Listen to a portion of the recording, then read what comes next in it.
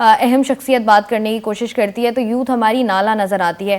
بہت بڑی تعداد میں اس دفعہ جو ہے وہ نئے ووٹرز رجسٹر ہوئے ہیں, ان کی بھی تعداد بہت بڑی ہے جنہوں نے پہلی دفعہ اپنا ووٹ کاسٹ کرنا ہے. تو آپ کو لگتا ہے کہ وہ صرف ایک اسپیسیفک پارٹی کو ووٹ دیں گے یا ان کا ووٹ بھی ڈیوائیڈڈ ہے تھوڑا سا, کہ کوئی جو ہے باقی پرانی جو ہماری جماعتیں ان کی طرف بھی وہ لوگ جا رہے ہیں؟ بالکل ایسا نہیں ہے. یوتھ بڑی باشعور ہے اور میڈیا, سوشل میڈیا کا زمانہ ہے. ہر شخص اپنا اچھا برا سمجھنے کی صلاحیت رکھتا ہے اور بالکل گیم چینجر ہے وہ نیا ووٹر. 2 کروڑ سے زائد ملک بھر میں نیا ووٹر ہے اور وہ گیم چینجر ہے. وہ جس طرف چلا جائے گا اسی طرف کی ہوا چلنا شروع ہو جائے گی. اور اگر آپ یہ سمجھتی ہیں کہ وہ کسی ایک پارٹی کو ووٹ دے دے گا, ایسا نہیں ہے. وہ ووٹر اس کو ووٹ دے گا جس پر اس کا پورا اعتماد ہوگا. اس کو اس سے کوئی غرض نہیں ہے. یہ نیا ووٹر کسی ایموشنل گیم میں نہیں آئے گا کہ کسی کو سمپتھی کا ووٹ دے دے, کسی کو اس کی مظلومیت کا ووٹ دے دے. نیور. وہ ووٹ اس کو دے گا جس کا اسے پتا ہوگا کہ یہ ڈیلیور کر سکتا ہے, بھلے اس کو سمپتھی ہو یا نہ ہو, وہ کیمپین کر رہا ہو یا نہ کر رہا ہو. اگر اسے لگا کہ جناب میرا ووٹ یہاں پر فائدہ مند ہو سکتا ہے تو ووٹ وہیں دے گا. ٹھیک ہے جی, جیسے ہم بات کر رہے تھے اوور آل سچویشن اور سینیریو کیا ہے کراچی میں. اگر ابھی میں بات کروں آپ سے اسپیسیفک حلقے کی, آج ہم بات کر رہے ہیں NA 245 کے حوالے سے, اگر میں آپ سے بات کروں اس کی ٹوٹل آبادی کی کہ اس حلقے میں کون کون سے علاقے آتے ہیں اور ان کی ٹوٹل آبادی کتنی ہے, تو وہ تقریباً 8.5 لاکھ کی آبادی جو ہے وہ ہے اس حلقے کے اندر. اس کے بعد میں اگر ٹوٹل ووٹرز کی بات کروں تو یہاں پر تقریباً 3.5 لاکھ کے قریب جو ہیں ووٹرز موجود ہیں, جن میں بہت بڑی تعداد مرد حضرات کی بھی ہے, خواتین بھی جو ہیں وہ یہاں پر موجود ہیں. یہاں پر نیشنل اسمبلی کی 1 سیٹ نکلتی ہے, جبکہ صوبائی اسمبلی کی یہاں پر 3 سیٹس جو ہیں وہ نکلتی ہیں, PS 118, PS 119 اور PS 120. اگر میں علاقوں کی بات کروں کہ اس حلقے میں کون کون سے علاقے آتے ہیں تو منگو پیر کا ایک علاقہ اس کے اندر آتا ہے, اسلامیہ کالونی ہے, اس کے بعد ہمارے پاس یہاں پر قذافی چوک ہے, داتا نگر ہے, اورنگی کا ایک بہت بڑا ایریا جو ہے وہ یہاں پر آتا ہے. کینڈیڈیٹس کی طرف چلیں اور سب سے پہلے اگر بات کریں 2018 کے ہونے والے انتخابات کی, تو ہم نے دیکھا کہ یہاں سے عطاء الحق صاحب جو ہیں پاکستان تحریک انصاف سے ان کا تعلق تھا, وہ سیٹ نکالنے میں کامیاب ہوئے. ڈیلیور کر پائے یا نہیں کر پائے, یہ ایک بہت بڑا سوالیہ نشان ہے. اگر میں بات کروں امیدواروں کی کہ اس دفعہ کون کون سے امیدوار یہاں سے جو ہے وہ الیکشن لڑ رہے ہیں, تو ان میں ہیں صدیق اکبر صاحب جو کہ پاکستان پیپلز پارٹی کی ٹکٹ سے الیکشن لڑ رہے ہیں, عطاء اللہ خان PTI کی آزاد امیدوار کی حیثیت سے وہ الیکشن لڑ رہے ہیں, اس کے بعد سید حفیظ الدین MQM کی ٹکٹ سے اس بار الیکشن لڑ رہے ہیں, اور حاجی محمد اسحاق جماعت اسلامی سے جو ہے وہ اس دفعہ یہاں سے الیکشن لڑیں گے. ہمارے ساتھ اس وقت کال پر حاجی محمد اسحاق صاحب جن کا تعلق جماعت اسلامی سے ہے موجود ہیں, ان سے بھی بات کرتے ہیں. السلام علیکم سر. اسحاق صاحب آواز آ رہی ہے آپ کو میری؟ اسحاق صاحب سے جو ہے وہ ہمارا رابطہ منقطع ہو گیا ہے. حفیظ الدین صاحب بھی ہمارے ساتھ موجود ہیں, ان سے بات کرتے ہیں. السلام علیکم. السلام علیکم. حفیظ صاحب سب سے پہلے مجھے بتائیے گا کہ آپ کی کیمپین کیسی جا رہی ہے؟ الحمدللہ ٹھیک جا رہی ہے. مجھے بتائیے گا اس NA کی بات کی جائے تو آپ کو کیا کیا مسائل نظر آتے ہیں NA 245 میں؟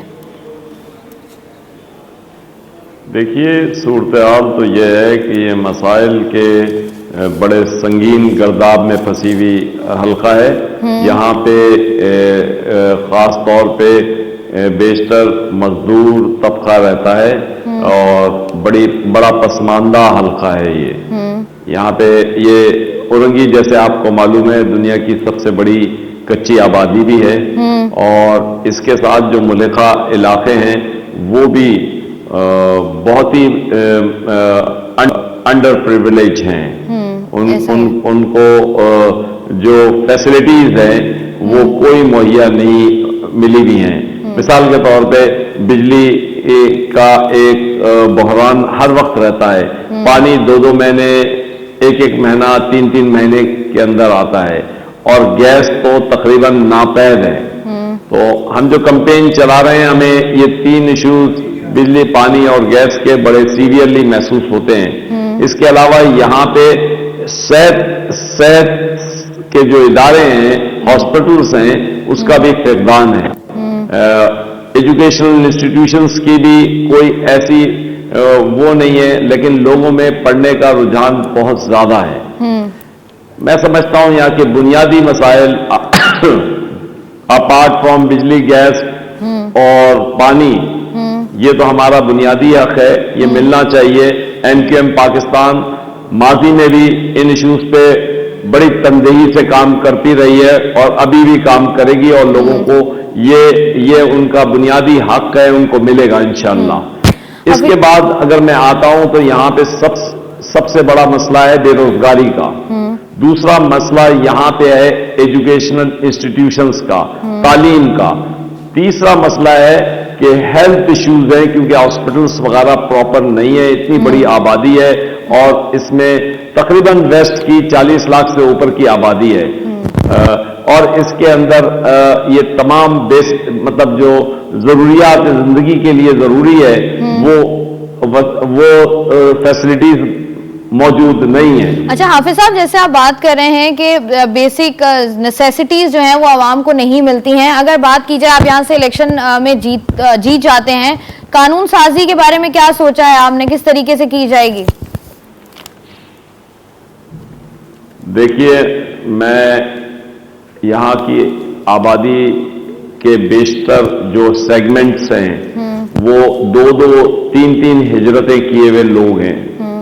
ان کی پہلی ہجرت تو پاکستان کے لیے ہوئی, اس میں ایسٹ پاکستان اور بنگلہ دیش میں بھی بہت سے لوگ گئے, وہاں سے بھی مطلب مائگریشن ہے, کوئی فورس مائگریشن, اور وہ لوگ بھی یہاں پر آئے. اس طریقے سے اندرون سندھ میں جو لسانی اور بل کے بعد جو فسادات ہوئے اس کے اندر بھی پیپلز پارٹی کی کرامت کی وجہ سے لوگوں نے ہجرت کی. تو یہ علاقہ اسی وجہ سے دنیا کی سب سے بڑی اقوام متحدہ کی ریٹنگ کے مطابق کچی آبادی بھی ہے.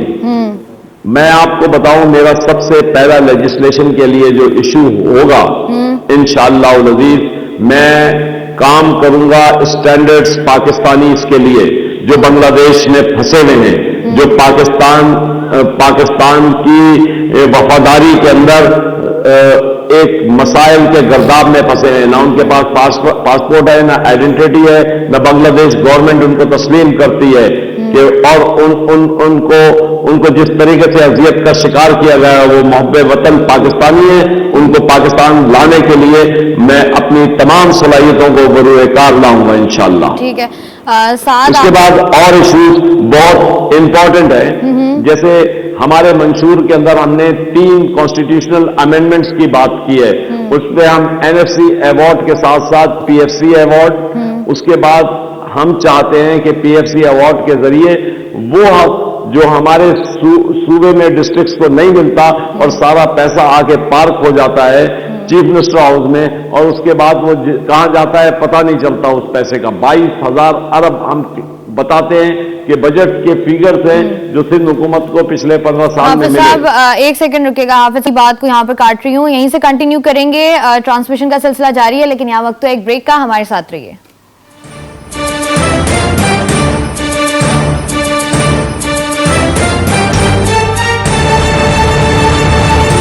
Welcome back. سٹی 21 کی الیکشن اسپیشل ٹرانسمیشن کا سلسلہ جاری ہے. ہمارے ساتھ جو ہیں وہ حفیظ الدین صاحب MQM سے موجود ہیں, اور اسٹوڈیو میں میرے ساتھ سعد موجود ہیں. سعد نے چونکہ یہ حلقہ بھی کور کیا ہے, سعد کوئی 1-on-1 سوال کرنا چاہیں گے آپ؟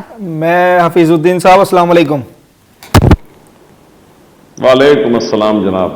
میں یہ پوچھنا چاہوں گا کہ ابھی میں اسٹیٹس دیکھ رہا تھا اس حلقے کے, تو 2018 میں جیسے کہ ابھی شائستہ نے بتایا, کوئی جو آبادی کی وہاں پر تعداد بتائی, اس کا کوئی 10 سے 11% ٹرن آؤٹ آیا تھا ووٹرز کا, اور صرف 36,000 ووٹ لے کر PTI کے عطا اللہ صاحب کامیاب ہو گئے تھے. اس سے پہلے اگر دیکھتے ہیں تو پہلے بھی PTI نے سیٹ نکالی, عارف الوی صاحب نے, پھر MQM نے یہاں پر سیٹ نکالی. تو اس بار آپ کیا دیکھ رہے ہیں, نئی حلقہ بندیوں کے بعد کچھ علاقے بھی اس میں ایڈ آن ہوئے ہیں, تو اس وقت ٹرن آؤٹ کیسا رہے گا, اور کیا یہ نئی حلقہ بندیوں کے بعد کچھ ووٹرز پر, خاص طور پہ آپ کی پارٹی کے ووٹر پر, اس کا کوئی فرق پڑ رہا ہے؟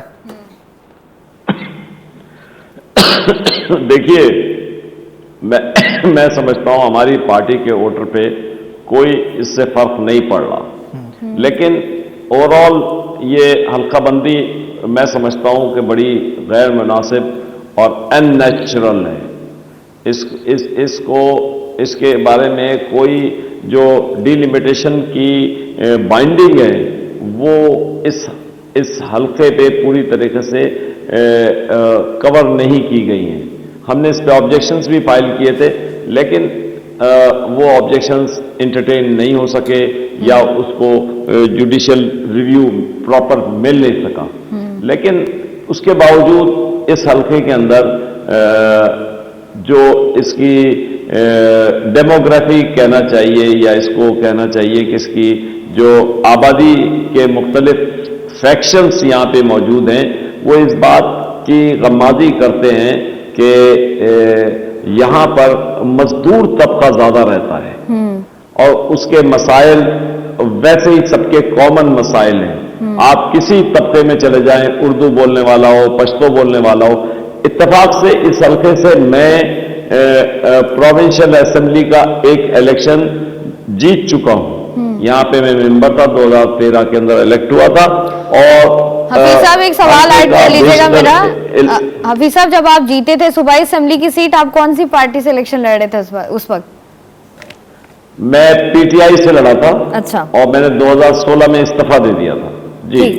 اچھا, مجھے بتائیے گا حفیظ صاحب, جیسے اب آپ بات کر رہے ہیں, ہم نے دیکھا یہ ہے کہ جتنے بھی مسائل ہوتے ہیں ان کے مسائل کی بات کی جاتی ہے. مسائل سب کو پتہ ہوتے ہیں, گراؤنڈ ریالٹیز بھی پتہ ہیں, آپ بھی یہ بات جانتے ہیں. میں بھی اس حلقے میں موجود تھی, میں نے بھی اس حلقے کو کور کیا ہے. اس حلقے میں جو مجھے سب سے لگا ہے وہ تعلیم کا لگا ہے. انفراسٹرکچر ایک سائڈ پہ کر لیں, اس کے بعد باقی پانی, بجلی, گیس کے مسائل کو سائڈ پہ کر لیں. بچے مجھے اسکولوں کے بجائے جو ہے وہ سڑکوں پر نظر آئے ہیں زیادہ تر. آپ سے اس سوال کا جواب لوں گی میں, لیکن ہمارے ساتھ جو ہے اس وقت فواد بھی لائن پر موجود ہیں جو کہ سینئر تجزیہ کار ہیں. ان کو بھی وہ بھی ہمیں جوائن کر چکے ہیں. بہت بہت شکریہ فواد آپ کا. جی بہت شکریہ. جی حافظ صاحب جواب دیجیے گا. دیکھیے, آپ یہ بات صحیح کہہ رہی ہیں. اس میں بڑی حقیقت ہے. جب میں یہاں پہ ممبر پروونشل اسمبلی تھا تو میں نے ایک سروے کروایا تھا اسکولز کا. یہاں پر کیفیت یہ ہے کہ اراؤنڈ 50% اسکول تو سمجھ لیجئے وہ گھوسٹ اسکولز ہیں, تنخواہیں لی جاتی ہیں, بنا دیے گئے ہیں اور اس میں تعلیم کا کوئی سلسلہ نہیں ہے. لوگ تنخواہیں لے رہے ہیں, بجٹ سینکشن ہوتا ہے. اور 50% جو اسکول چل رہے ہیں یا جن کو چلتا ہوا کہا جائے تو وہ صرف چلتے ہوئے ہی ہیں. اس میں آپ یقین کیجئے کہ بیشتر لڑکیوں کے اسکولوں کے اندر ایک تو اس میں تعلیم پانے والی لڑکیاں بہت کم ہیں اور ان کو ایون لیٹرین کی سہولت مہیا نہیں ہوئی ہوئی ہے. اور تعلیم کا تو بالکل یاد ہے. اصل میں بات یہ ہے کہ پیپلز پارٹی نے جس انداز میں ہمارے اداروں کو, خاص طور پہ ہمارے انسٹیٹیوشنز, ایجوکیشنل انسٹیٹیوشنز کو ٹریٹ کیا ہے, انہوں نے خدا واسطے پورے سندھ بھر سے لوگ بھرتی کر کے نوکری دے دی ہے. آپ کسی وقت میں یہ اساتذہ کا احتجاج ہوتا تھا اسمبلی کے سامنے تو میں عموماً اس میں چلا جاتا تھا. میں کیونکہ اپوزیشن میں ہوتا تھا تو میں ان لوگوں کو دیکھ کے حیران ہوتا تھا کہ ان کو خود کو پڑھنا نہیں آتا اور پڑھانے کے لیے ان کو ملازمت ملی ہوئی ہے. ایسا ہی ہے, پیپلز پارٹی کا کارنامہ ہے. یہ جیسے آپ نے گو اسکولوں کی بات کی ہے حفیظ صاحب, جیسے آپ نے ابھی بات کی, گو اسکولز موجود ہیں, خواتین جو ہیں اگر ان کے کالجز اور اسکولز بچیوں کے موجود بھی ہیں تو وہاں پر بیسک نیسیسٹیز موجود نہیں ہیں. یہ وہ اسکولز ہیں اگر ان کی بات کریں تو یہاں پر منشیات کھلے عام بکتی ہیں. فواد بھی ہمارے ساتھ موجود ہیں. فواد مجھے بتائیے گا ایم کیو ایم کی سیاست کو آپ کیسے دیکھ رہے ہیں؟ جی ایم کیو ایم کے لیے ایک بڑا چیلنج ہے کہ یہاں پر ان کے جو بانی ہیں, ان کے سابقہ قائد اور اب جو بانی ہیں, انہوں نے بڑے طریقے کے ساتھ بہت سے کینڈیڈیٹ جو ہے وہ میدان میں اتارے ہیں جن کو انتخابی نشان بہت سو کو اے ملا ہے. تو اب یہ دیکھنا ہوگا, ایک تو ان کا بھرم یا تو رہ جائے گا یا ٹوٹ جائے گا. بھرم ان کا اس طرح سے رہ سکتا ہے کہ وہ کچھ سیٹیں جیت جائے, ٹوٹ ایسے سکتا ہے کہ لوگ یہ سمجھتے تھے کہ اس کی آواز جب لندن سے آئے گی تو شاید کراچی تبدیل ہو جائے گا. تو یا بھرم رہ جائے گا یا ٹوٹ جائے گا, اور بھرم ٹوٹنے کے امکانات زیادہ ہیں. اگر دیکھا جائے تو ایم کیو ایم بہرحال گین کرے گی اس پورے پولیٹیکل سینیریو کے اندر, کیونکہ جو پارٹی لوز کر رہی ہے وہ پاکستان تحریک انصاف ہے جو یہاں سے 14 تھی. تو 14 نشستیں جیتنے والی پارٹی کی صورتحال یہ ہو کہ اس کے کینڈیڈیٹس کا انتخابی نشان کہاں ہے, کیا ہے, کہاں اس نے کیمپین چلائی, وہ کینڈیڈیٹس کون ہیں. اس کے علاوہ آپس کے تنظیمی اختلافات اس پارٹی کے اندر بہت رہے. ایک علی زیدی صاحب کا ایک وقت میں گروپ ہوا کرتا تھا, دفتر بھی ان کا الگ تھا. ایک خرم شیر سامان کا گروپ ہے. پھر ایک ابھی ہم نے دیکھا کہ ٹک ٹاک کی تقسیم پر حلیم عادل شیخ صاحب کا ایک گروپ سامنے آیا جس نے خط لکھا بیرسٹر گوہر کو جو ہے وہ خرم شیر زمان صاحب کے خلاف. تو ایک پارٹی جو خود بڑے سخت اختلافات کا شکار ہو, گو کہ اس نے کراچی میں ہر ضلع سے سیٹیں جیتی تھی, غربی سے بھی جیتی, شرقی سے بھی جیتی, وسطی سے بھی جیتی, جنوبی سے بھی جیتی, ہر ضلع سے کورنگی سے بھی جیتی. ایک پارٹی جس نے ہر ضلع سے نشستیں جیتی, اب اس کی حالت یہ ہے کہ محسوس یہ ہوتا ہے کہ وہ 2-3 سیٹوں تک محدود ہو جائے گی. تو جب وہ سیٹیں چھوڑے گی تو پھر 2 ہی پارٹیاں ہیں کہ جو اس کی جگہ لے سکتی ہیں, کیونکہ پیپلز پارٹی بھی گین کرے گی لیکن اس کی سیٹوں کا, اس کے ووٹر کا معاملہ مختلف ہے. جو مہاجر علاقے ہیں, خاص طور پر جس طرح سے اگر ہم کہا جائے کہ ضلع بستی کے علاقے ہیں یا ضلع شرقی کے کچھ علاقے ہیں, ضلع جنوبی میں ڈیفینس کا علاقہ آتا ہے, باقی لیاری ہے جو بڑا واضح ہے کہ وہاں سے پیپلز پارٹی کو میرا خیال ہے مشکلات کا سامنا نہیں ہوگا. نبیل گبول صاحب کی پوزیشن بہت مضبوط وہاں نظر آتی ہے. تو ایم کیو ایم کی جس طرح سے آپ نے بات کی, تو ایم کیو ایم گین کرے گی. میں مصطفیٰ کمال صاحب کی سیٹ پر گیا بلدیہ والی, وہاں ان کی پوزیشن کچھ مضبوط نظر آئی.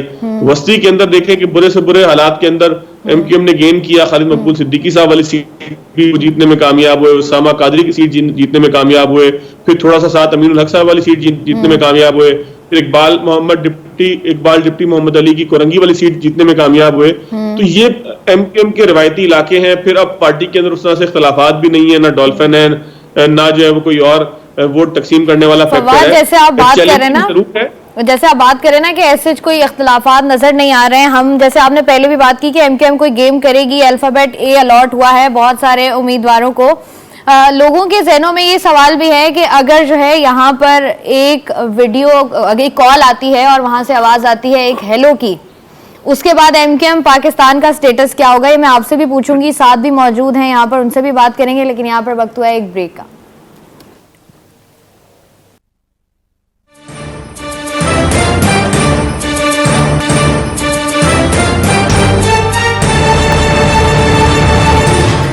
Welcome back. سٹی 21 پر الیکشن اسپیشل ٹرانسمیشن کا سلسلہ جاری ہے. فواد ایک سوال چھوڑ کے گئی تھی, مجھے اس کا جواب دیجیے گا. ایک اگر کال آتی ہے لندن سے ہیلو, اس کے بعد ایم کیو ایم پاکستان کا سٹیٹس کیا ہوگا؟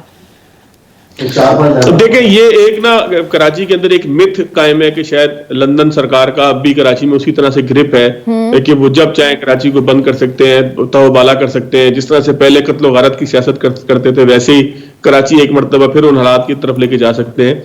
لیکن یہ جو بھرم تھا نا, جو ان کا بھرم, یہ بھی آہستہ آہستہ ہمیں لوز ہوتا ہوا دکھائی دے گا. یہ ٹھیک ہے کہ وہ کراچی کی ایک محبوب اور مشہور قائد ضرور رہے, لیکن اب صورتحال آہستہ آہستہ, دیکھیں سیاست نہ مستقل تحرک کا نام ہے. جب آپ تحرک چھوڑ دیتے ہیں تو آہستہ آہستہ سیاست بھی کسی ریت کی طرح آپ کی مٹھی سے نکلنا شروع ہو جاتی ہے.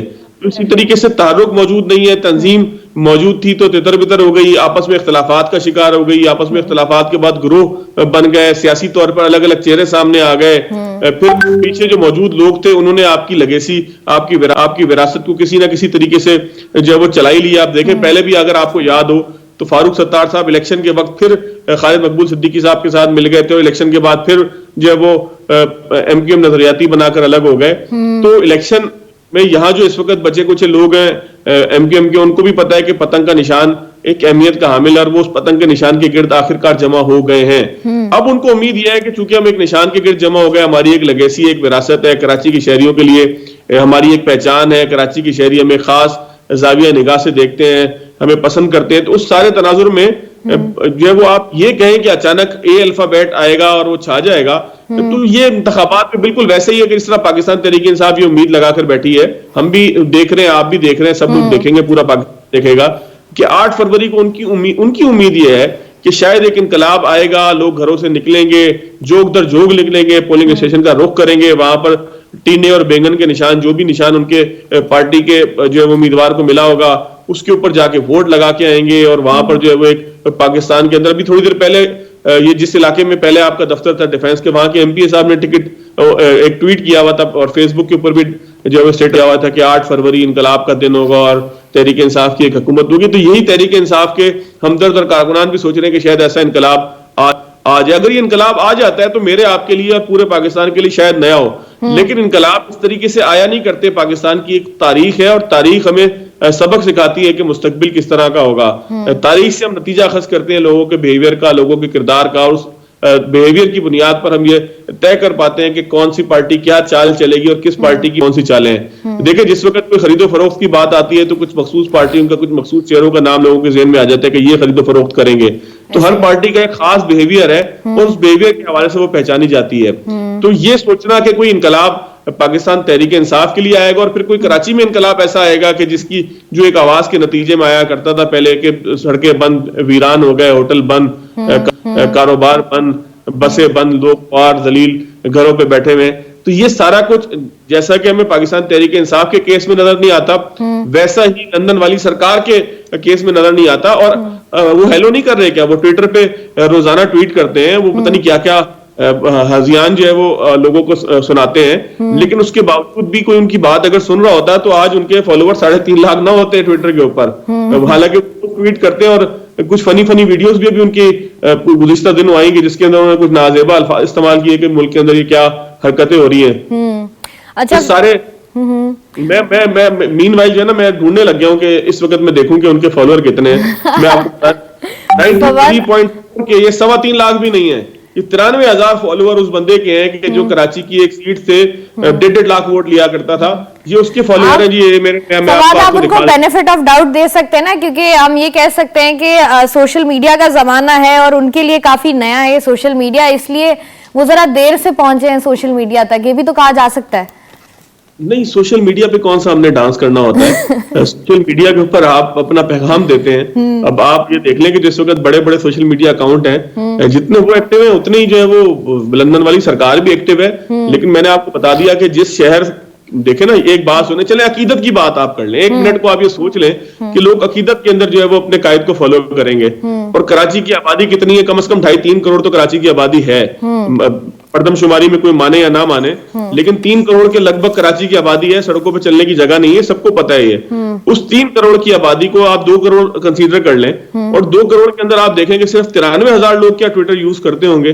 حالانکہ یہی آپ اگر کراچی کے دیگر قائدین کی طرف چلے جائیں, جس کا نام لیں, میں بھی 1 منٹ میں آپ کو سرچ کر کے بتا دیتا ہوں, 93,000 جس کے فالوور اور ٹویٹر کے, آپ اس سے کیا توقع کرتے ہیں کہ اس کی آواز کے اوپر لوگوں نے لبیک ایسا کہنا ہے کہ شرق سے غرب تک جو ہے اس کی حکومت آ جانی ہے. تو ایسے انقلاب پاکستان میں ماضی میں تو نہیں آئے, ہم یہ دونوں انقلاب. شائستہ اس میں ایک چیز ایڈ کرنا چاہوں گا, فواد بھائی کی بات ایک حد تک درست بھی ہے, مگر سوشل میڈیا کے نمبرز کو ہم لے نہیں سکتے, اس کے اوپر اعتماد نہیں کر سکتے.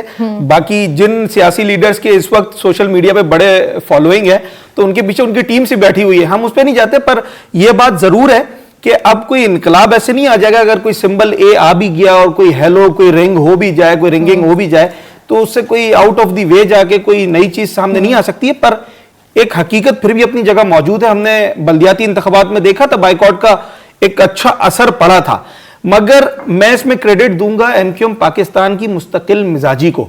اگرچہ یہی سوال آج سے زیادہ نہیں, اگر 3-4 سال پہلے ہو رہا ہوتا نا تو شاید اس کا جواب کچھ مختلف ہوتا. پر MQM پاکستان نے جس مستقل مزاجی سے اپنا سفر جاری رکھا ہے, تو شاید اب اس ہیلو کو اور اس کی جو ہیلو کی ایک اس کی ایفیکٹ, جتنا وہ ایفیکٹ کرتا تھا, وہ اب شاید اس کی ہمیں نظر نہیں آئے گی. ہیلو کی گونج نہیں پہنچ زیادہ پائے نہیں گی. ہو سکتی. لندن سے پاکستان کا فاصلہ اور لندن سے کراچی کا فاصلہ جو ہے وہ کافی زیادہ ہے, آواز جو ہے وہ کلیئرلی پہنچ نہیں پائے گی اب اس دفعہ.